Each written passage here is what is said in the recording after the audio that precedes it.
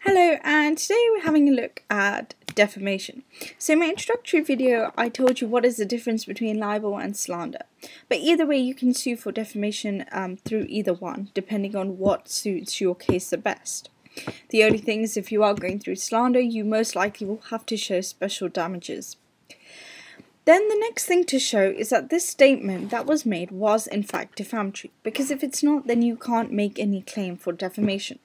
So we had a look at that in my previous video where we were looking at the Simmons stretch test. Then we were looking at what is the actual meaning of the statement, natural ordinary meaning versus innuendo meanings. And now we're going to have a look at, once you've established that yes, the statement is defamatory, you need to prove that this defamatory statement is about the claimant themselves and not someone else. And then in my final video we'll have a look at making sure that this statement is published to a third party, because otherwise you can't bring a claim.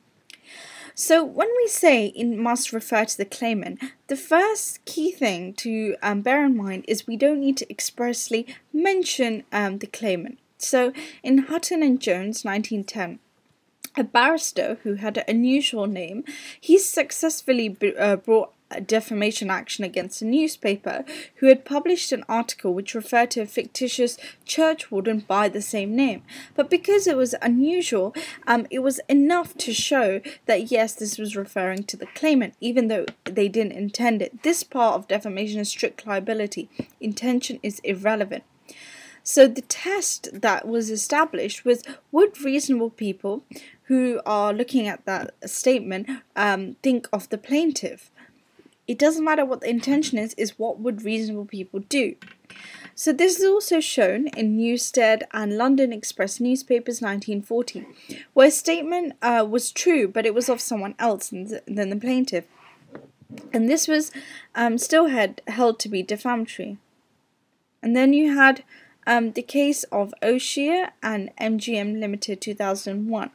Now this shows a current problem with the Article 10 freedom of expression and the action for defamation, which wants to protect the person's reputation. So in this case there was a photo on a pornographic website or on the newspaper ad. It was a pornographic advert regardless, and the picture of the woman used was the same lookalike as the claimant herself. Now she could not claim, and she didn't win for her action in defamation because she couldn't prove this limb that it referred to her.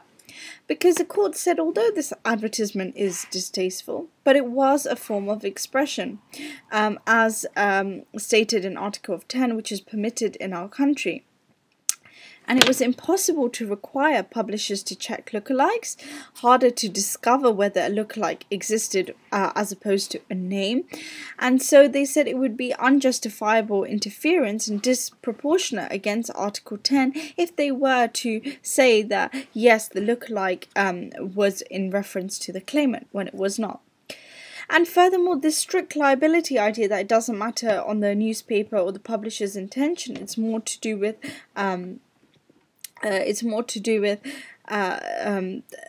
what does a reasonable person think, has been modified by Section 2 of the Defamation Act 1996, which sets out an amends procedure, which basically, like, if you made a mistake as a newspaper and then you in the next issue say this was a mistake, I did not mean to be referring, then yes, you can say an amend has been done, and this strict liability, the harshness of it is cut down.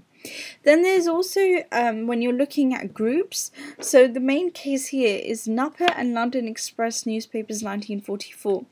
And the principle that was coming out of here is if the words refer to a small enough group, then they may be taken to refer to each member of the group and be actionable. In this case, though, itself, it failed. As Lord Atkins said in this case, if a person was heard to say all lawyers and thieves, this would be unlikely to give rise to a cause of action on part of any individual lawyer, because it was so broad and you can't say specifically it's referring to the claimant. So in this case, ultimately, there was no sufficient reference, and there's some unclarity as to what size of group is small enough in order for a group to bring action for defamation. That does not specifically refer to each and every member. Thank you for watching.